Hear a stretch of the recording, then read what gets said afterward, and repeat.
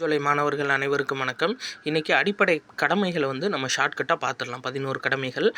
பாருங்கள். என்ன அப்படின்னா ஆந்தம் ஞாபகம் வச்சுக்கணும், தேசிய கீதம், தேசிய கொடி, தேசிய சின்னங்கள் ஆகியவற்றை மதித்தல்.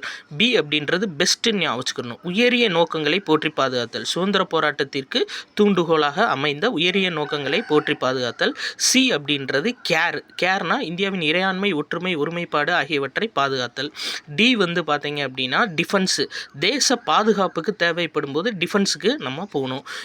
அப்படின்றது என்னென்னா பெண்களை பார்த்தோன்னே ஈன்னு பல்ல காட்டக்கூடாது அப்படின்னு சொல்லியிருக்கு. பெண்களின் தரக்குறைவாக நடத்தும் பழக்கத்தை நிராகரித்து பெண்களின் கண்ணியத்தை காக்கும்.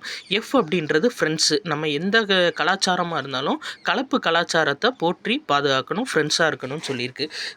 அப்படின்றது என்னென்னா ஜாகிரஃபி, காடுகள், ஏரிகள், ஆறுகள், வனவிலங்குகள், உயிரினங்களை பாதுகாத்தல். அடுத்து அப்படின்றது ஹெலிகாப்டர் ஞாபகம் வச்சுக்கோங்க. ஹெலிகாப்டர் அறிவியல் கண்டுபிடிப்பு, அது ஆராய்ச்சி பண்ணதுனால கிடச்சிருக்கு. அப்போ ஹச்ன்றது அறிவியல் கோட்பாடு, ஆராய்ச்சி மனப்பான்மை, மனிதநேயம் ஆகியவற்றை வளர்த்தல். அப்படின்னா நான் ஞாபகம் வச்சுக்கோங்க, நான் வன்முறையை கைவிட்டு பொது சொத்துக்களை பாதுகாப்பேன், அப்படின்றது. அடுத்து அப்படின்றது கூட்டு செயல்பாடு, ஜாயிண்ட்டு ஞாபகம் வச்சுக்கோங்க.